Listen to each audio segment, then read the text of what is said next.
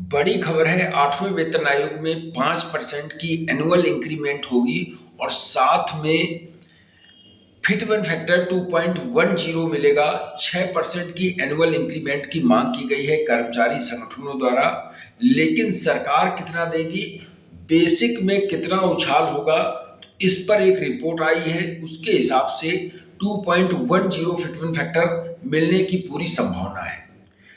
3% अभी तक annual increment दिया जाता है, लेकिन 8वें वेतन आयोग में इसे बढ़ाकर 6% करने की कर्मचारी संगठन एनसीजेसीएम सहित सभी संगठनों ने मांग की है।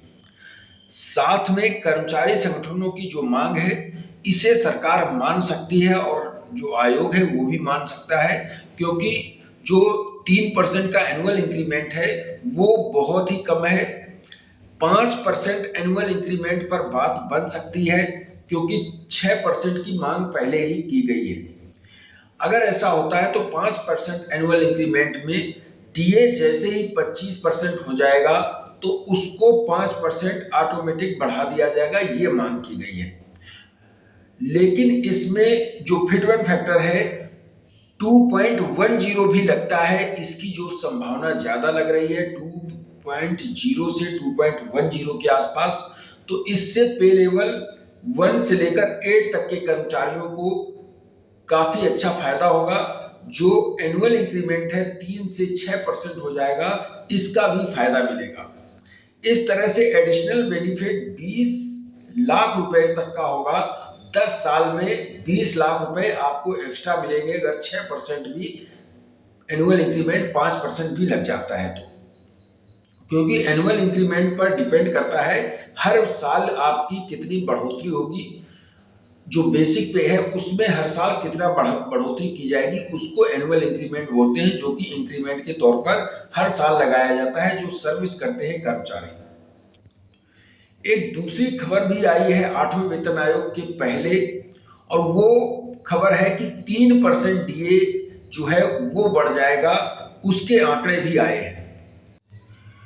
ये देख सकते हैं, government of India ministry of labour and employment bureau की तरफ से consumer price index industrial worker on base 2026 के ये जो आंकड़े हैं 31/7/2026 को जारी किए गए हैं।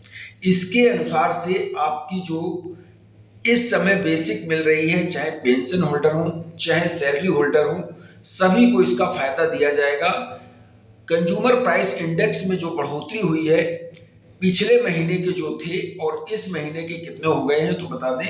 पिछले महीने जो कंज्यूमर प्राइस इंडेक्स था वो 150.8 था और इसमें 1.1% की बढ़ोतरी हुई है, जो कि बम्पर बढ़ोतरी मानी जा रही है। ये अब बढ़कर 151.9 हो गया है।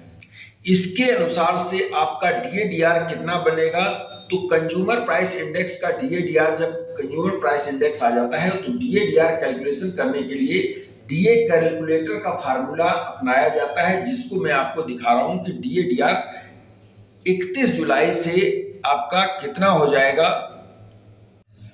तो ये देख सकते हैं, जून में हमें डीएडीआर 58.1% हुआ था। दिसंबर में ये आंकड़े 60% 60.35 हो चुके थे। अब ये जो आंकड़े नए आए हैं इसमें आप देख सकते हैं जून में 151.9 हो चुका है एआईसीपीआईएन। इसके हिसाब से जो डीए है 63.78%, यानी कि लगभग 74% के आसपास है। लेकिन आपको जो डीए मिलेगा 60% अभी मिल रहा है, 63% मिलेगा, क्योंकि राउंड फिगर जो होता है वो डीएडीआर दिया जाता है, पॉइंट वाला नहीं दिया जाता है। तो 63.78 है, जो कि आपको अगले जो जुलाई से ये 63% आपको खातों में आएगा।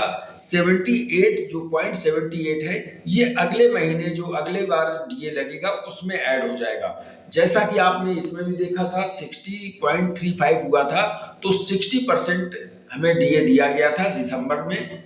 अब ये जून के आंकड़े आ गए हैं तो ये हमें जुलाई से इसका फायदा 3% डीए बढ़ोतरी का फायदा दिया जाएगा।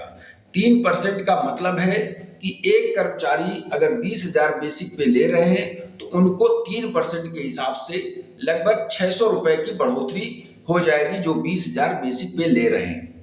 आपकी बेसिक पे 20,000 है तो 6% की बढ़ोतरी, अगर 40,000 है तो 1200 की बढ़ोतरी यानी 3% के हिसाब से होगी। तो 20,000 की 600 रुपए और बाकी जो अधिक ले रहे हैं उसी हिसाब से इसमें बढ़ोतरी होगी। ये थी जानकारी, इस वीडियो में इतना ही। थैंक यू, जय हिंद।